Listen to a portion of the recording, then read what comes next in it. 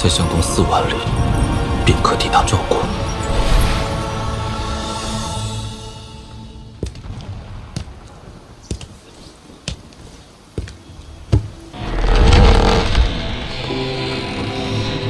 庙中无神，物是人非，又何尝不是一种岁月？这儿有个破庙啊，咱今晚就在这儿歇脚吧。好，走，将就一晚吧。哎呀，奶奶的，这鬼天气！庙里无僧禅意存，院内俗人扰清门。道友可是觉得被这些人破了雨夜意境？此人一眼就看出我的身份，我却看不穿他的修为，定不简单。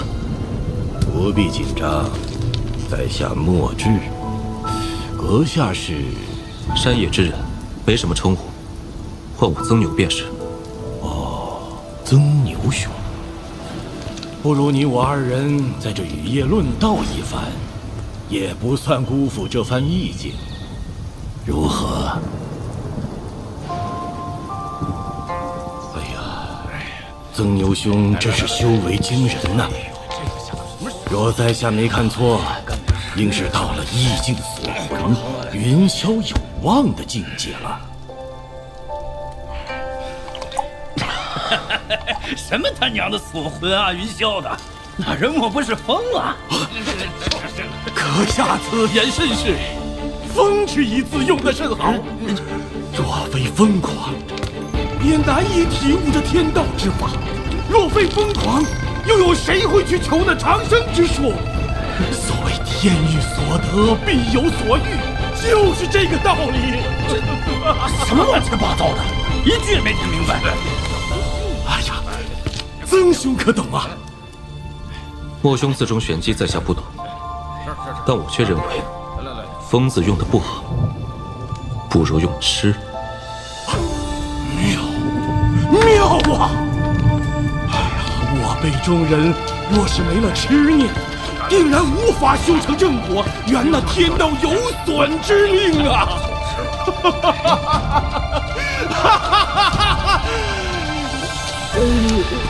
刚才我们说到哪儿了？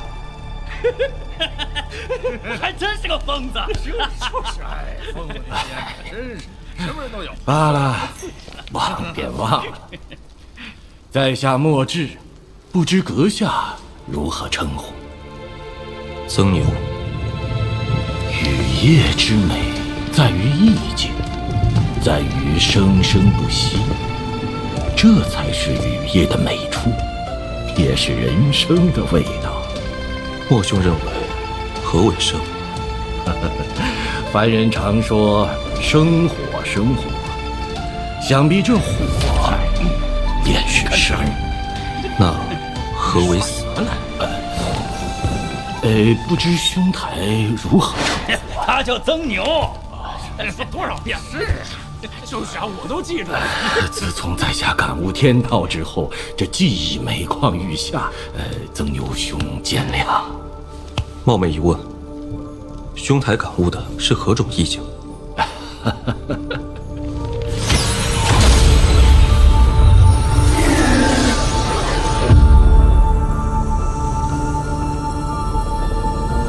兄台将意境展露于此，不怕我偷师了去？你有更高的追求，怎会拘泥于我这小小的意境？莫知兄自谦了，意境并无强弱。意境虽无强弱，但境界却有高低。获得意境，无非两种方式：一是模仿他人意境，二是借天道悟出自身意境。虽两者都能化神，但境界差别巨大。前者无论是战力或潜力，都远不及后者。能感悟出自身意境之人，凤毛麟角。为达化神，他们只能出此下策。但你不同，曾牛兄日后必大有可为。没错，这便是望境。哎，你铺盖哪？今日有无根水降，这洼地之水便是生；他日无根水湿，这洼地之水便是死。此地神像在时，庙宇为生；如今神像消失，便是死。今日雨夜，我不看天，不看地，也不看雨，我看的是这雨的一生。曾牛兄，你懂便是懂，不懂便是不懂，好自为之。我苦思生死数十载，今日终于明悟：欲出生于天，死于大地，中间下落的过程便是人生。这便是生与死，这便是独属于我亡灵的生死意境。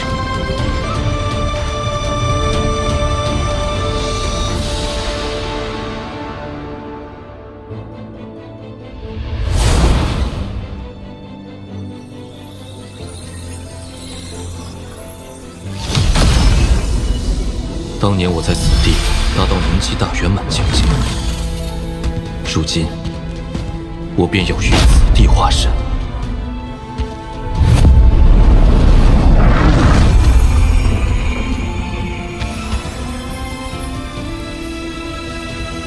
现在分身已是元婴气大圆满，但本尊受极境所困，还停在结当后期。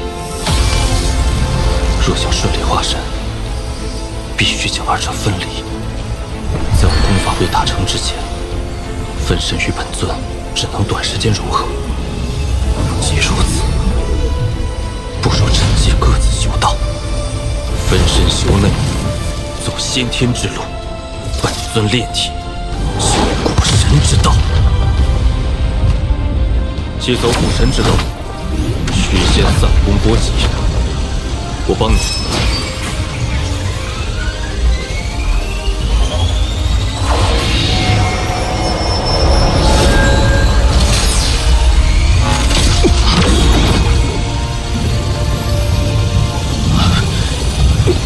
跌倒出机器了，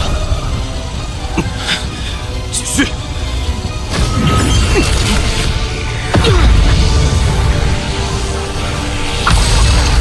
就是现在，波及！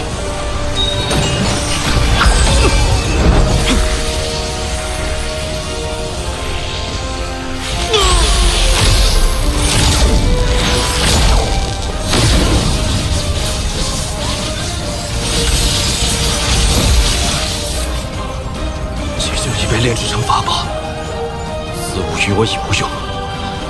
把杀气血珠给我。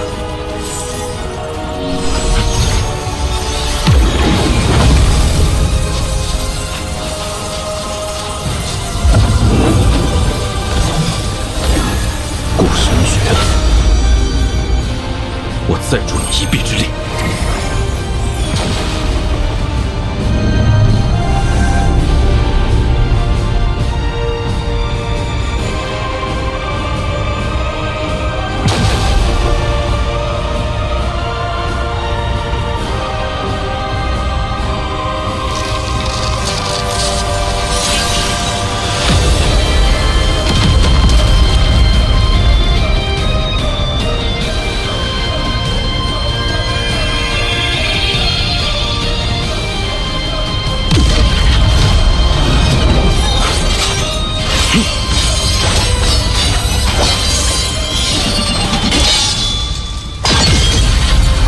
恭喜，完成了古神第二次蜕变。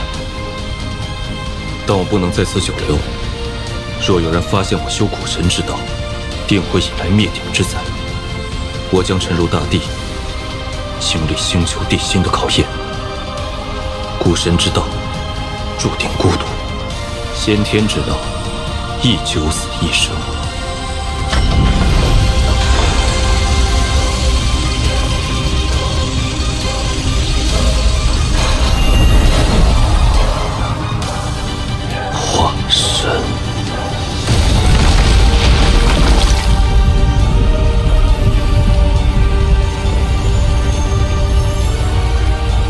生死一劫，看看。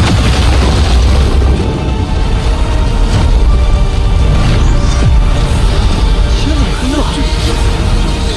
师傅，我刚刚略觉心神震动，现在又突然天色异变，莫不是要出什么大事？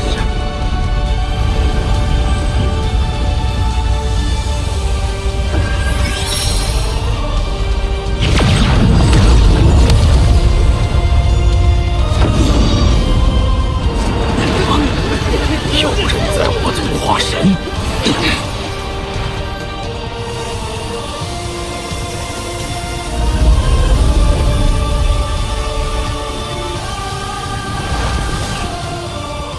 究竟是何人在此化神？不知，但一定和赵国有渊源。据说化神之时，灵力不仅对父亲修士有极大帮助，就连周围的凡人都能因此获益，百利而无一害。入定调息。究竟何为修仙？凡人学会吞吐灵力，改造身体成为容器，完成入基。随后广纳天地灵力，将其压缩成金丹。此丹经灵力运化，诞生道婴。结婴成功，便有了与天斗的资格。但若想找到逆天之法，还需一把神兵利器，这便是天地之力。于是婴体感悟天道，退回元神，挥天地之力对抗天道。这就是以彼之道，幻师彼身。元神不灭，肉身永存。他化神成功了。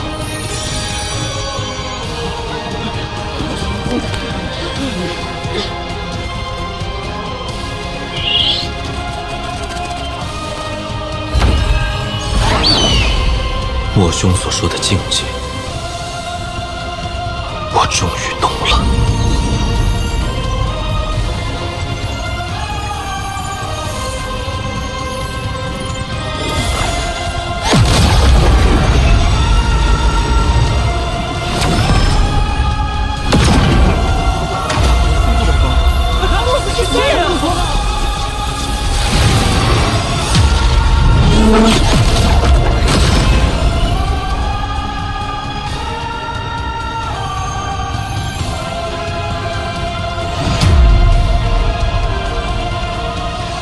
前辈可是我赵国之人，可否在此地定居100年，让赵国成为4级修真国，提升国力，以抵御外敌入侵？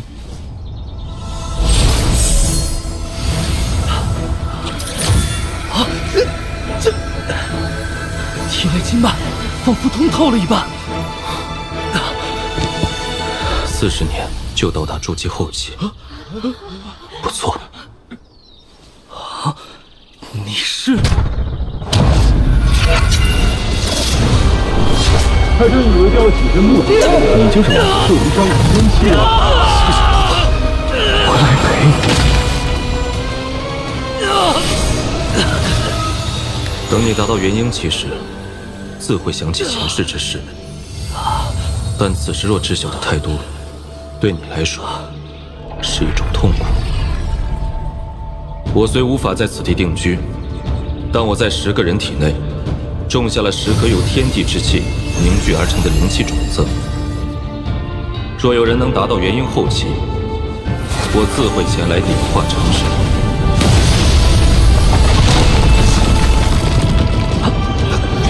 此物可保赵国免受同级修真国入侵3次，好自为之。多谢前辈。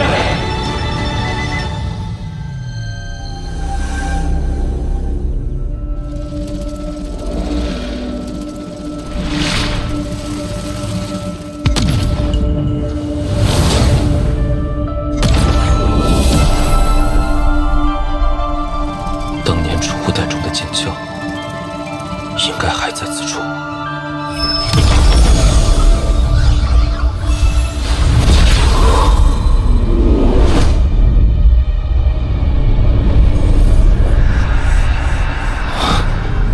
找到了。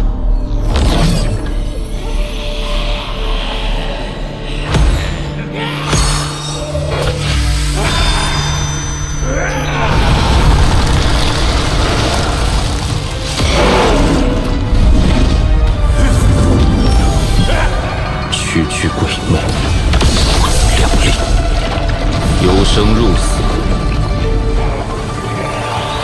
由死转生。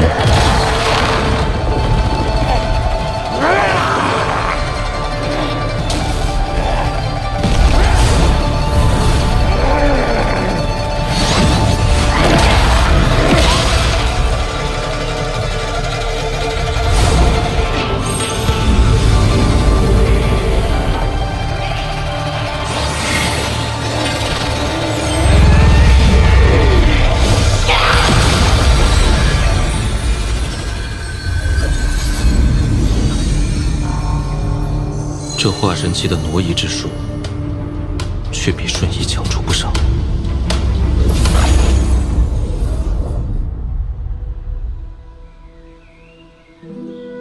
爹，娘，孩儿如今已经化神，等我突破应变，就能将司徒前辈唤醒。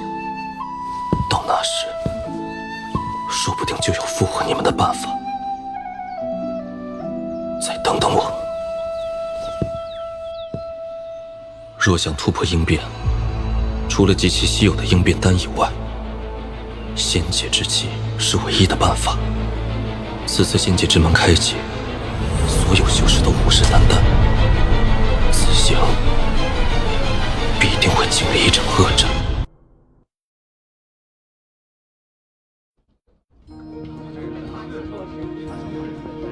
哎呀，最近的拍品里啥好东西都没有，真死。知足吧，最近几大宗门四处搜刮宝贝，能剩下点就不错了。哎，四大宗门这是要……嘘，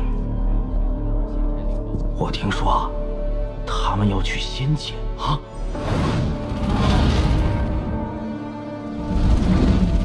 雪域国一战，我几乎将法宝用尽。此次仙界之行，各宗门虎视眈眈，我必须做好万全准备。第一步就是重炼金幡。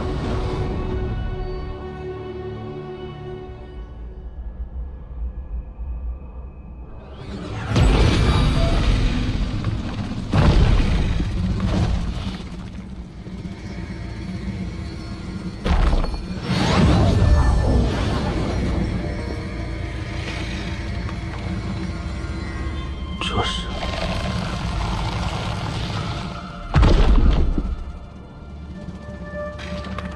此物对你有用。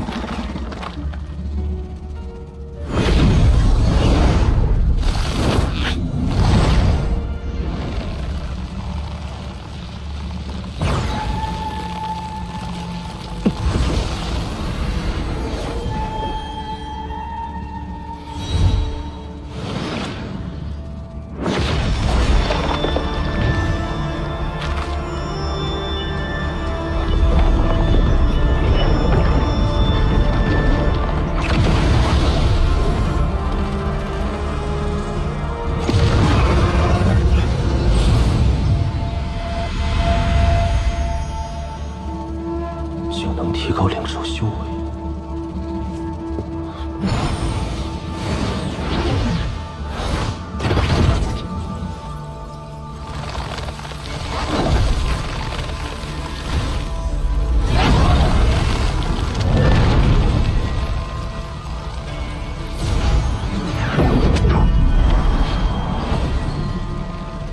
在这儿等着，我去一趟虎神之地。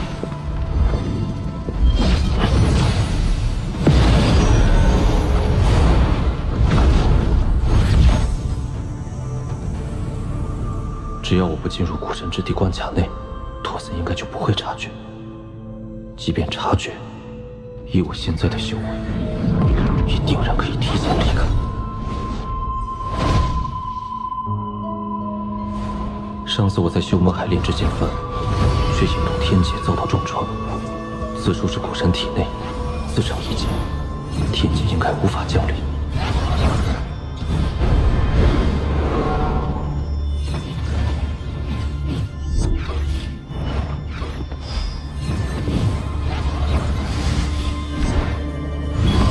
最后一个，若我猜测有误，天劫降临，唯一的金幡怕是很难保住。可若现在停下，金幡达不到小城，威力不够，仙界之星也起不到作用。赌一把。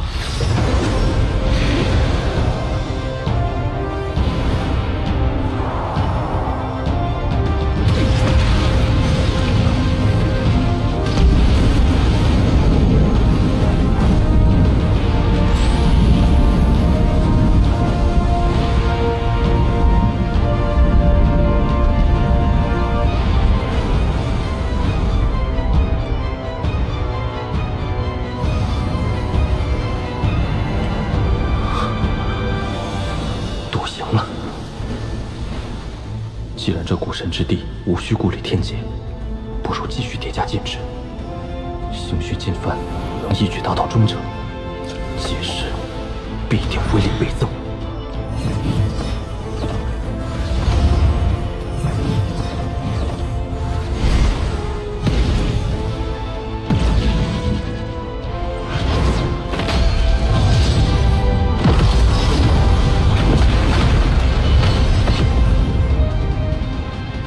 以我修为，这金幡离中城还是差了一步。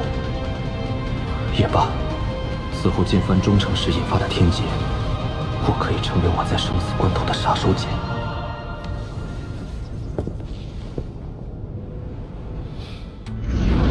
此法宝为混元取手圈，世间任何兽类都可被收服操控。只是使用此物会耗损灵力，收服的兽类越强大，耗损灵力越高，需量力而行。若能再收服一只妖兽，也算意外之喜。若找不到，再离开也不迟。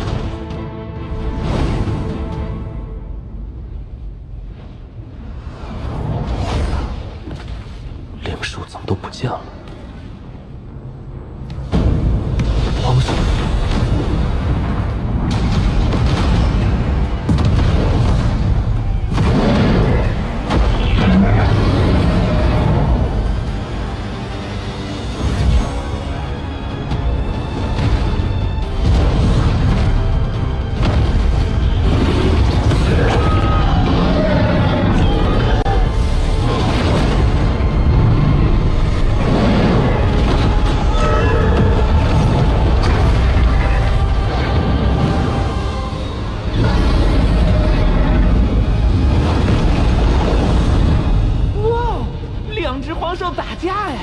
不对，这蛙兽不是黄兽，只是上品灵兽。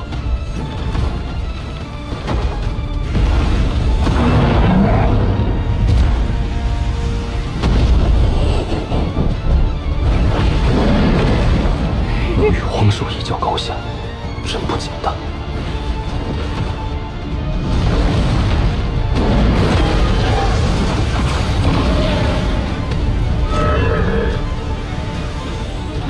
这蛟龙好厉害，主子收了它。以我现在的修为，还无法收服黄兽，上品灵兽倒可一试，但能否在黄兽面前离开，就得拼一把了。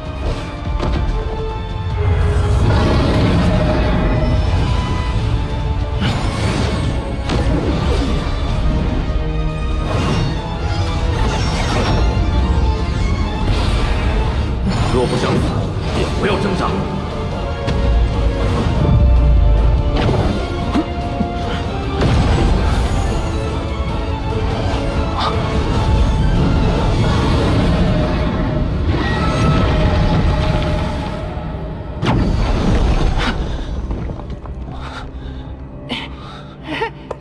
主子，你没事吧？这蛙兽着实厉害，锁住的一瞬，体内灵力差点被他吸光。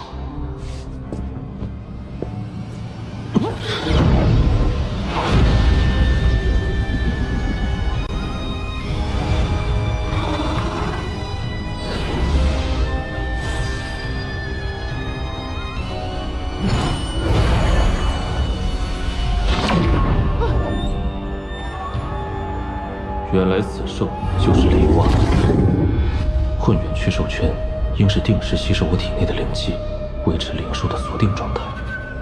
以后要提前输送灵力，否则一旦打斗中出现这种情况，危险至极。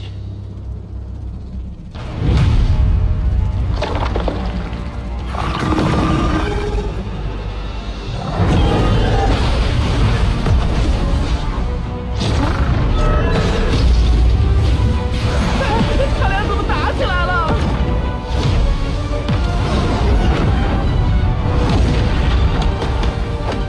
够了！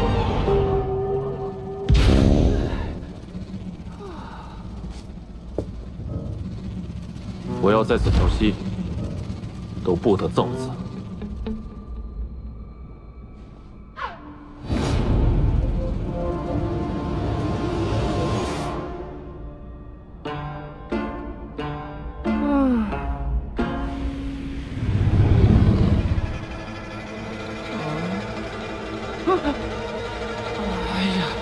都6天了，这两个家伙有完没完？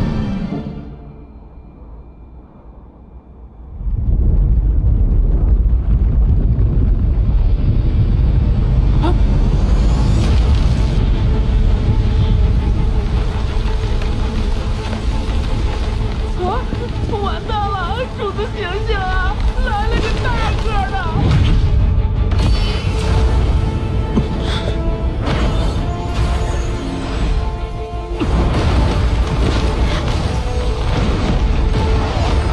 以我的修为，恐怕难以制服。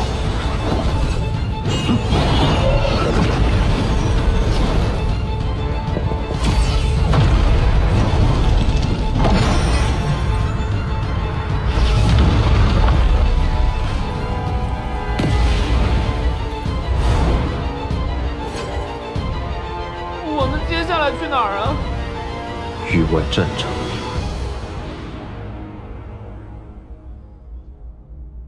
今日是武文国域外战场通道开启之日，望我国众精英能抓住此次机会，让修为更上一层楼。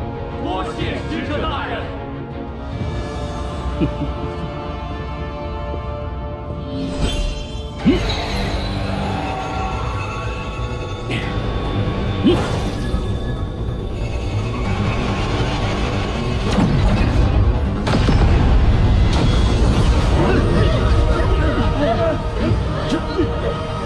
这是这么多幽魂，域外战场崩塌了！怎么回事？那有人，他是怎么进去的？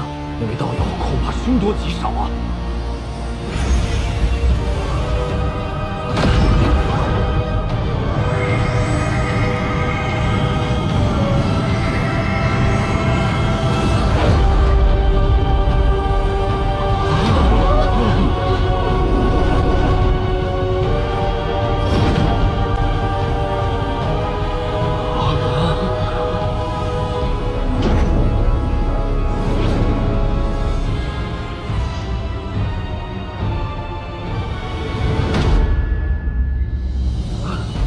晚辈孙文，参见前辈。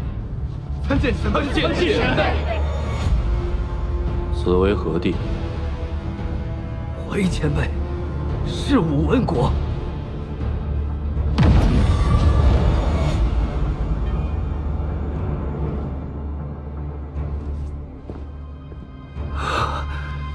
怎么看到此人，有种遇到家族老祖宗的感觉，太可怕了。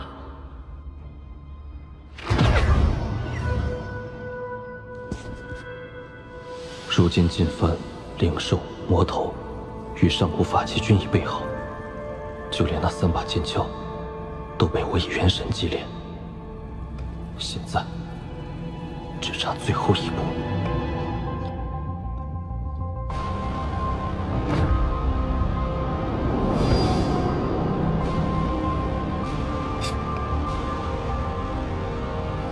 好了。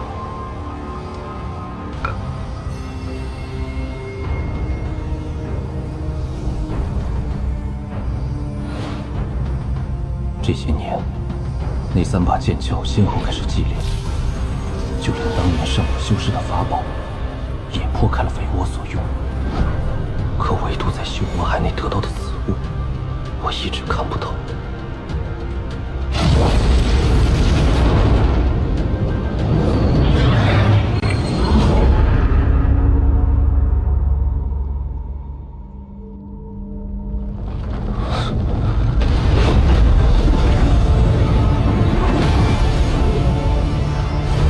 这一天终于到。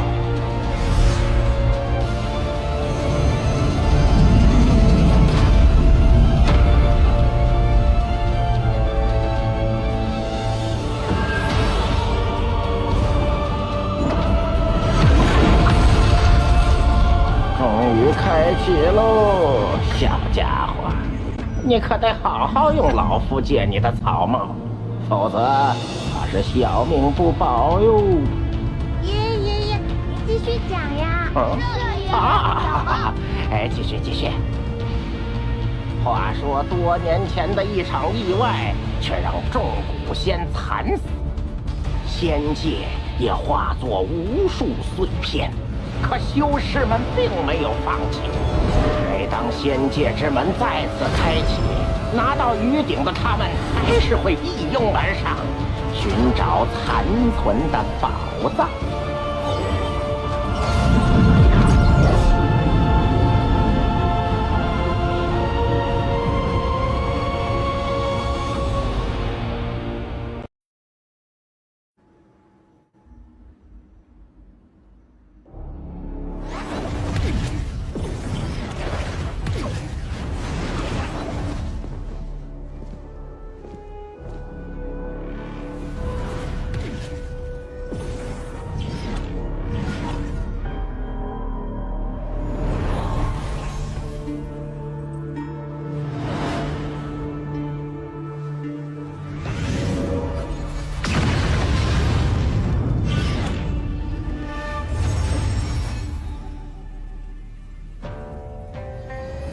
一掌竟能将仙界之门破坏至此，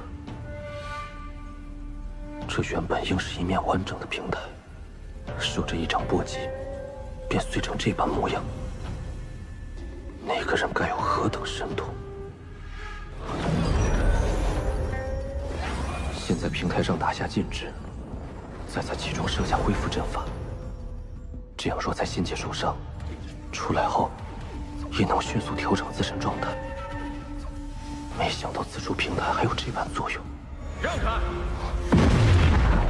道友，请离开此处平台，另选他处吧。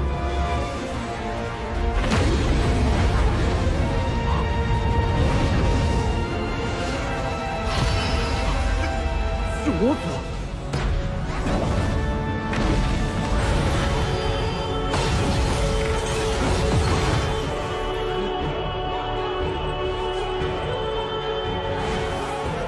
化神后期，对，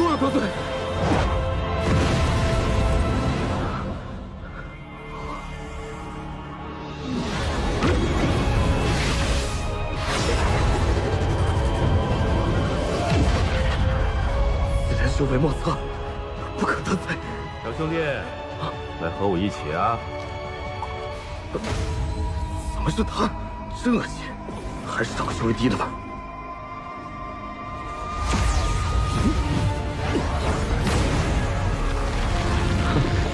区区化神初期，现在就暴露异境，不自量力。不过一看这小子就难缠，要不还是选他吧。这位道友，请离开此地，另选他处吧。哼，那就别怪我不客气了。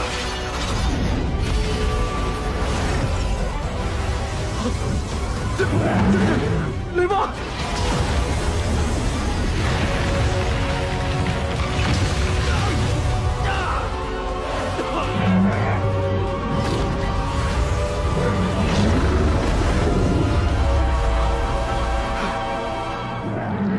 这人，我是不是在哪见过？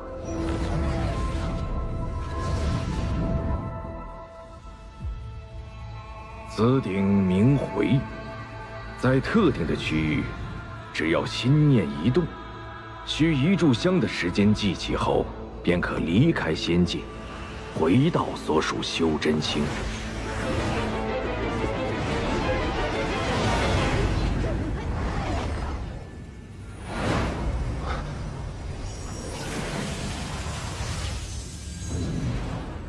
这便是仙界。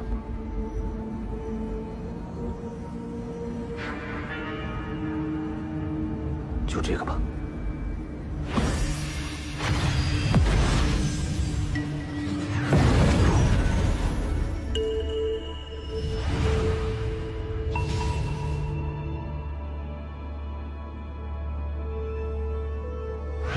灵石，难不成这里的宫殿是通体用灵石造就的？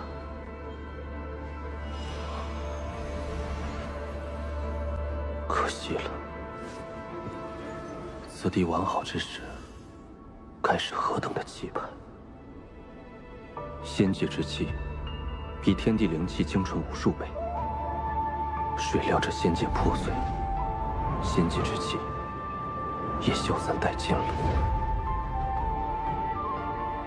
到底是何等神通，竟能将仙宫毁灭至此？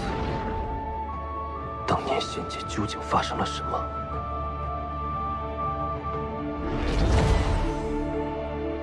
欲知第五仙王，自与天华仙师。哇，仅一个仙室的仙宫就如此豪华了，那仙王的居所得多气派呀！丰碑理应放在宫外，以示众人，而今却安在宫殿深处，实在蹊跷。此处要禁止波动。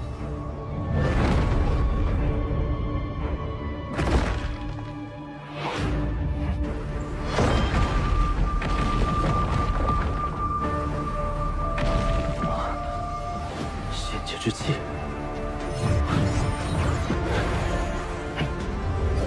仙界之气，需用自身元神炼化，形成结晶，方可储存。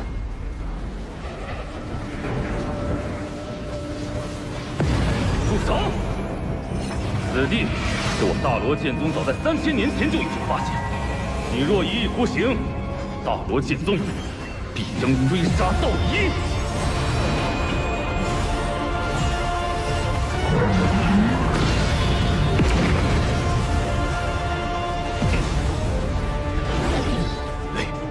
雷王，荒谬！这仙界之地，何时成了有主之物？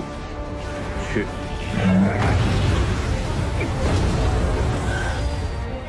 大罗灵剑，乃是大罗剑宗7剑之一的顶级灵器，哪怕是同等级修士，也可用剑气斩杀敌人。此人明明看着不过化神初期，可光靠这雷瓦，也是化神中期顶峰。此人究竟什么来头？仙界破碎，仙宫阵法虽然被毁坏，但多少还是有些运转功效。时间久了，会自动收集一些游离的仙界之气，转化为一丝纯洁的仙气。你大罗剑宗发现此事后，以石碑掩人耳目，每隔一段时间派人来此，固定采集。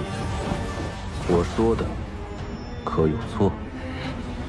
不行，我不是此人的对手。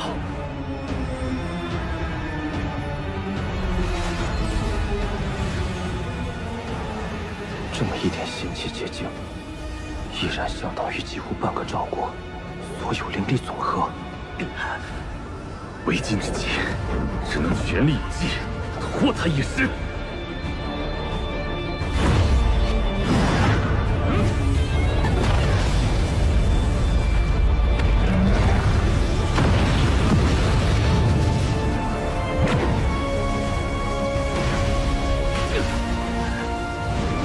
等着吧，等我找到师兄后，双剑齐降，你绝对无法走出这仙界之门。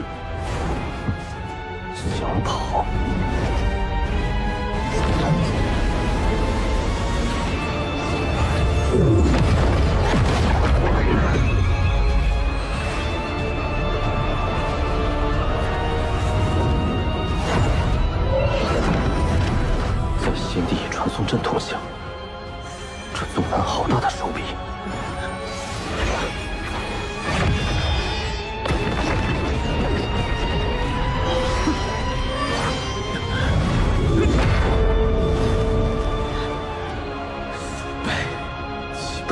神以上，元神不灭，肉身不死。你我同为化神初期，你灭不掉我。待我头门生砍上。此宝名曰赤金铃，曾是一名上古修士的本命法器，炼化元神只是时间的问题。求求你，手下留情，放了我！无人之处混血。晚了。待他的储物袋到手，整个大罗剑宗的传送阵，岂不都为我们所用？主子高明啊！炼化此人元神还需时日，此事急不得。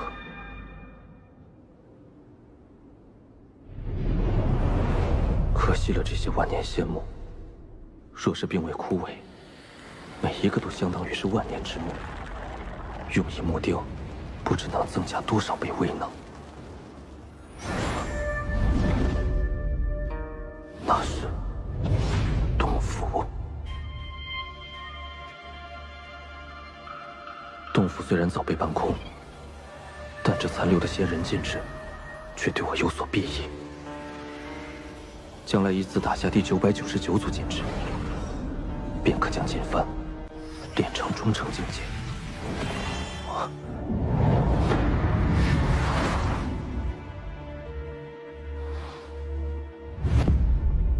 此山存在已久，我必定不是第一个看到此字的人。但今时今日，此山依然存在。即便下面真的锁着仙人，也不是我能插手的。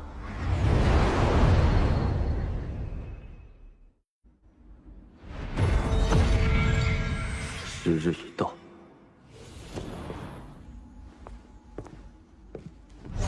哇！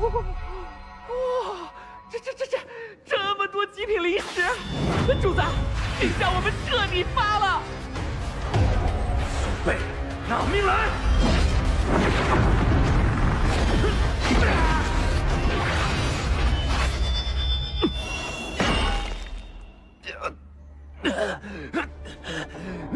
你早有准备。若非想保全这把剑，你连出手的机会都没有。这宝剑里刻画的数百组禁制，与锦幡倒是异曲同工。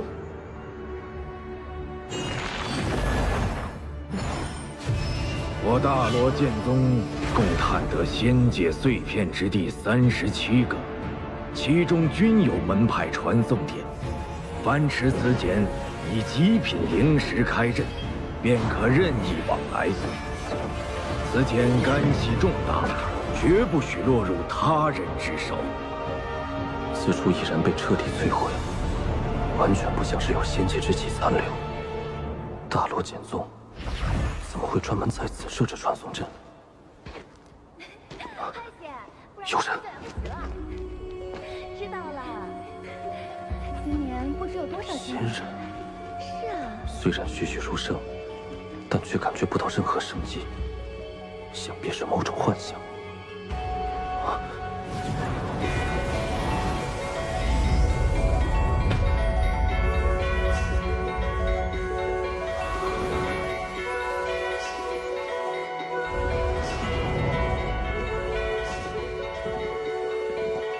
这是往日的仙宫。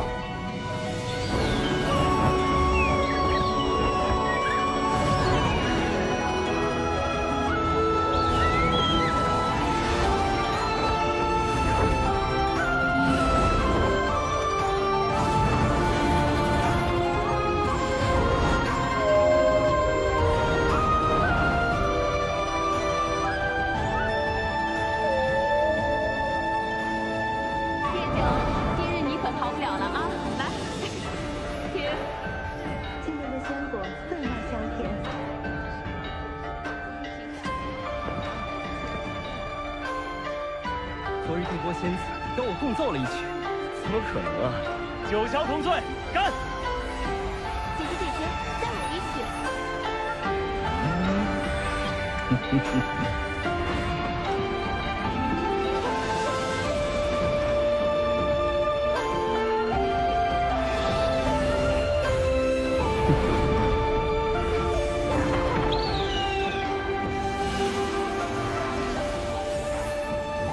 好似天地之力尽在手中，可以随意使用，并能产生无穷变化。这莫非就是仙术？以仙界强盛，怎会毁灭至此？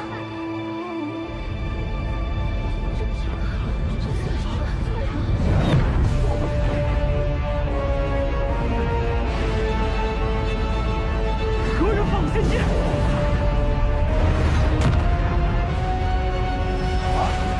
首长。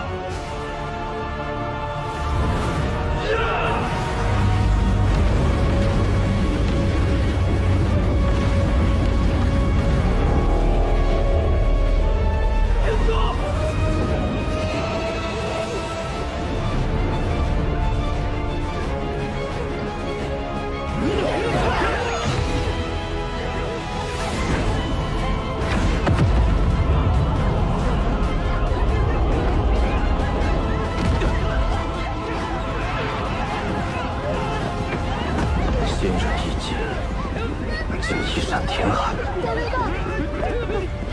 这场虽是幻境，或是机缘。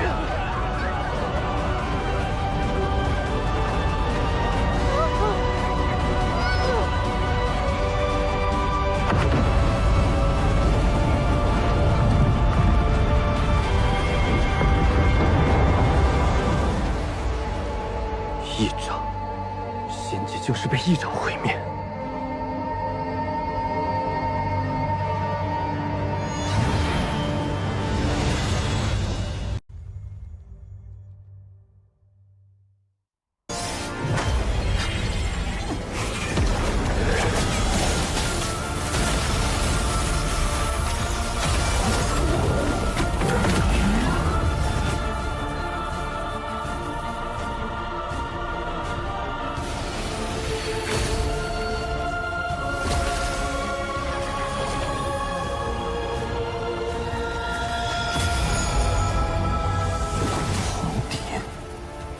果然认识我，说吧，你到底是谁？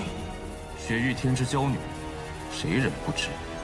不说，那今日便留在此地吧。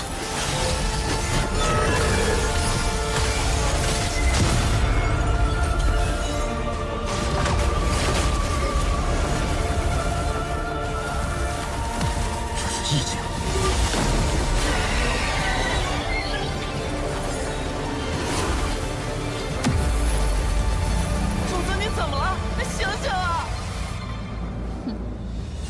区区化神初期，不做挣扎，能有无痛之死？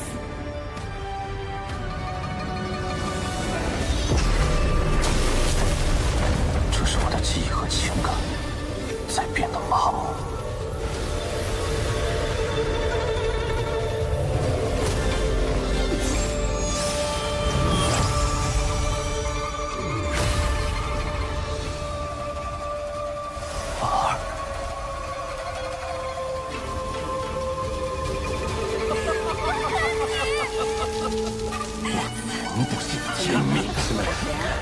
他已经走了。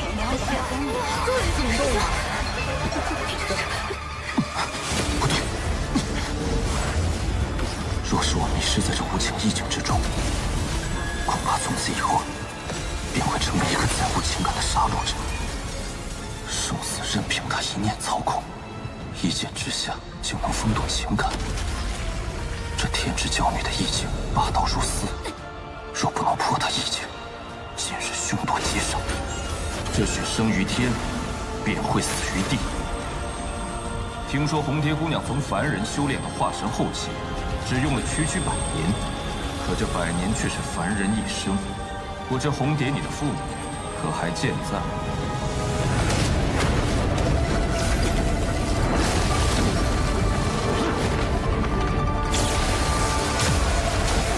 红蝶，不知你父母除你之外，可还有其他子女？若是没有，那么岂不是无人送终？人有不孝，此为其一。不知死活！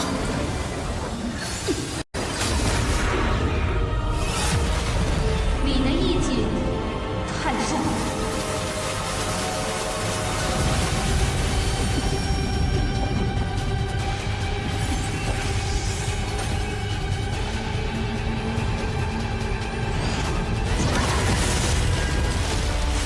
竟没有崩溃，而是散开了。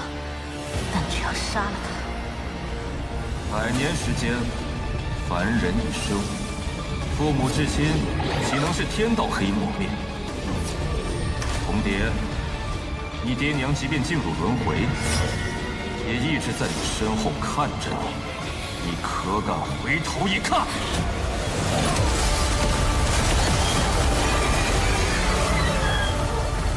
血虚冰清诀，以无情为道心。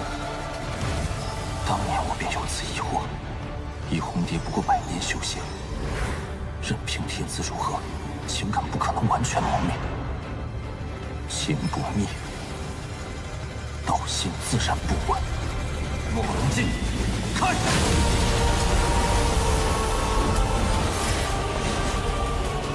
区区化神初期，却懂得坏我道心，此人绝不能留。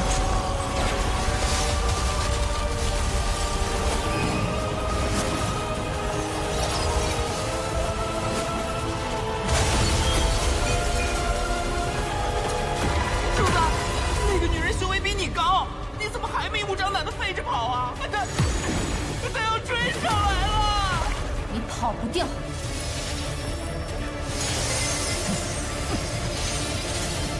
主子，你干什么呀？快跑啊！不跑了。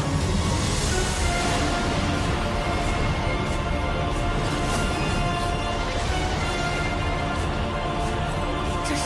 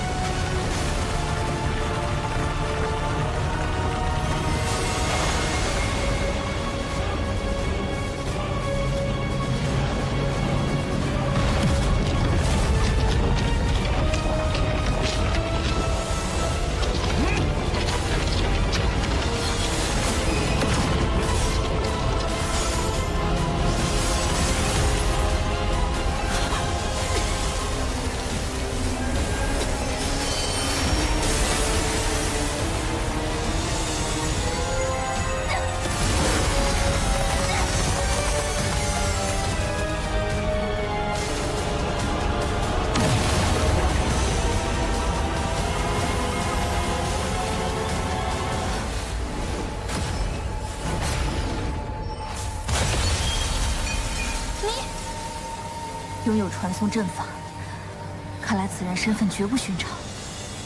而且此人道法非凡，胆大心细，意境诡异，法宝更是层出不穷，定是朱雀星上的某个5级修真国全力培养的精英弟子。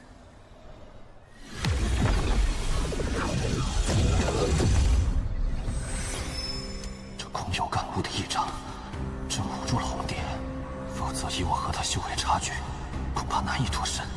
一整便让我灵力耗尽，这仙术消耗也着实惊人。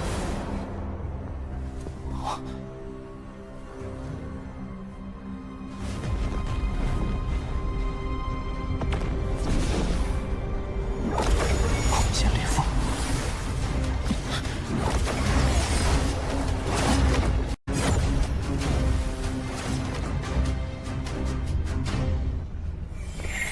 哎呀，上头是裂缝，下头是岩浆，就算有宝贝也毁成渣子了。大罗剑宗即在此修建传送阵，这洞内必有乾坤。此地十分诡异，若孤身潜入，过于危险。找一地守株待兔，方为上策。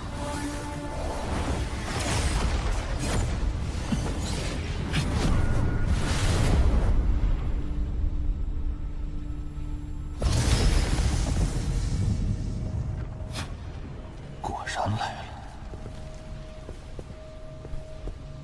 三师兄，这里就是当年的仙兽府吗？没错，此地是当年仙界16座仙兽府之一，被始祖老人家偶然找到。千万年来，此地毁坏严重。六师弟，你刚刚化神，一定要注意空间裂缝，时刻运转迷熏诀。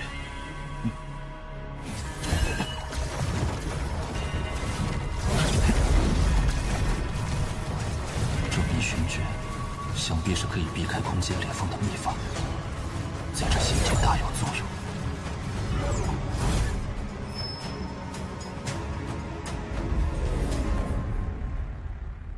进入洞府之内，便无法使用瞬移，一定要小心。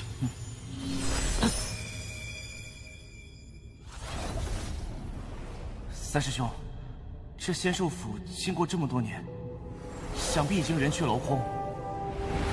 即便仙兽之灵还存在，怕是以你我二人之力，也抵挡不住吧？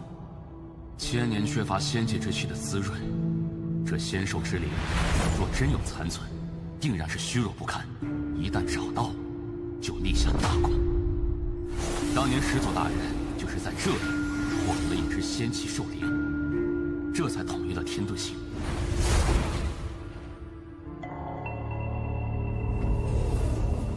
如此宝地，难怪专门建有传送阵。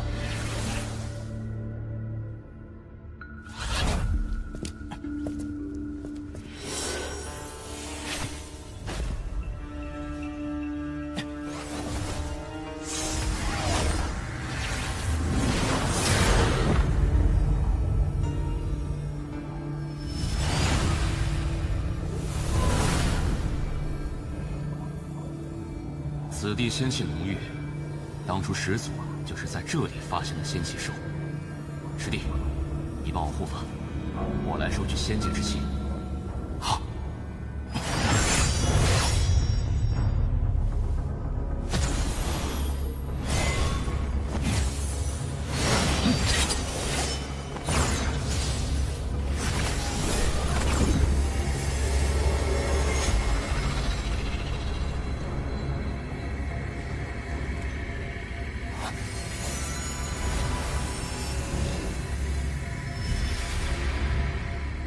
竟可如此快速地凝聚仙气。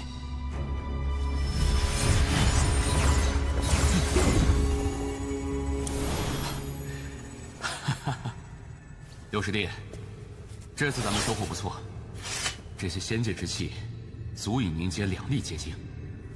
这颗结晶你收好，如此便算是完成了门派的最低要求。谢师兄。三师兄，这是那洗灵壶？没错，这就是始祖大人亲自炼制，整个门派只有3个的洗灵壶。有此宝在手，可以尽最快的速度吸收仙界之气。什么声音？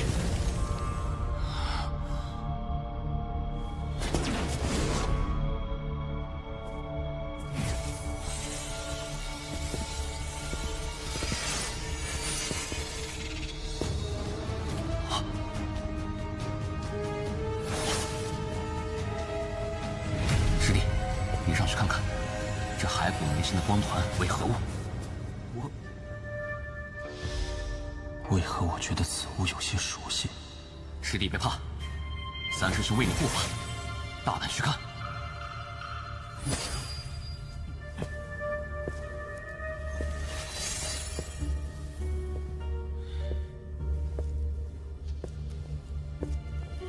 再近些。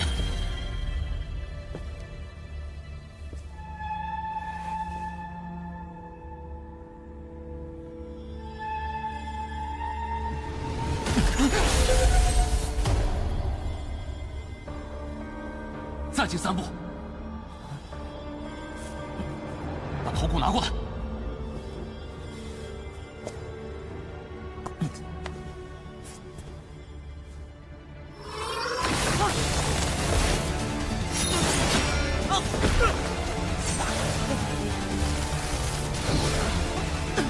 追！师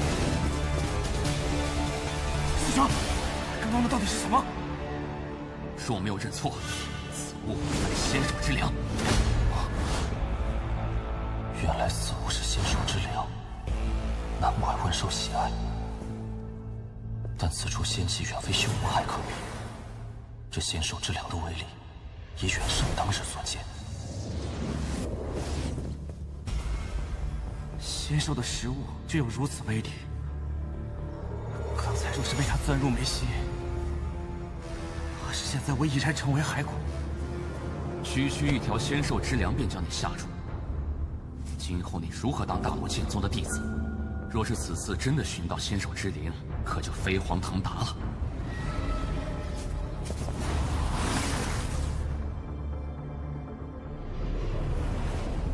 哼，用师弟性命试探，他这师兄倒是居心叵测。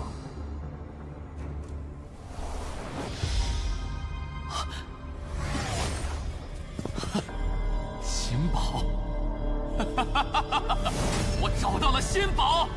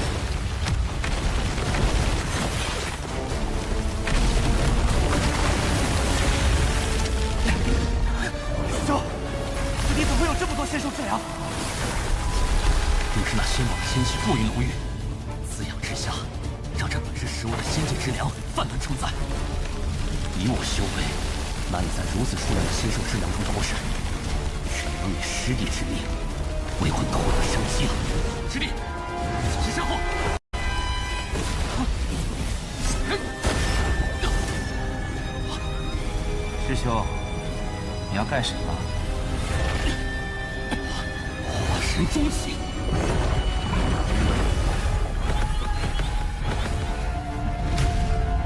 你到底是谁？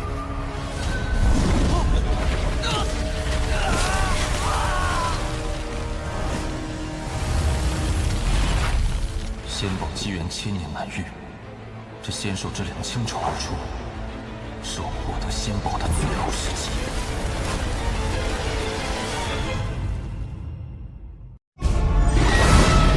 仙兽之粮我尚可应付，但这一条极为可怕。现在怕是只剩下你我二人。道友再上前一步，在下可要出手了。死，便一起死吧！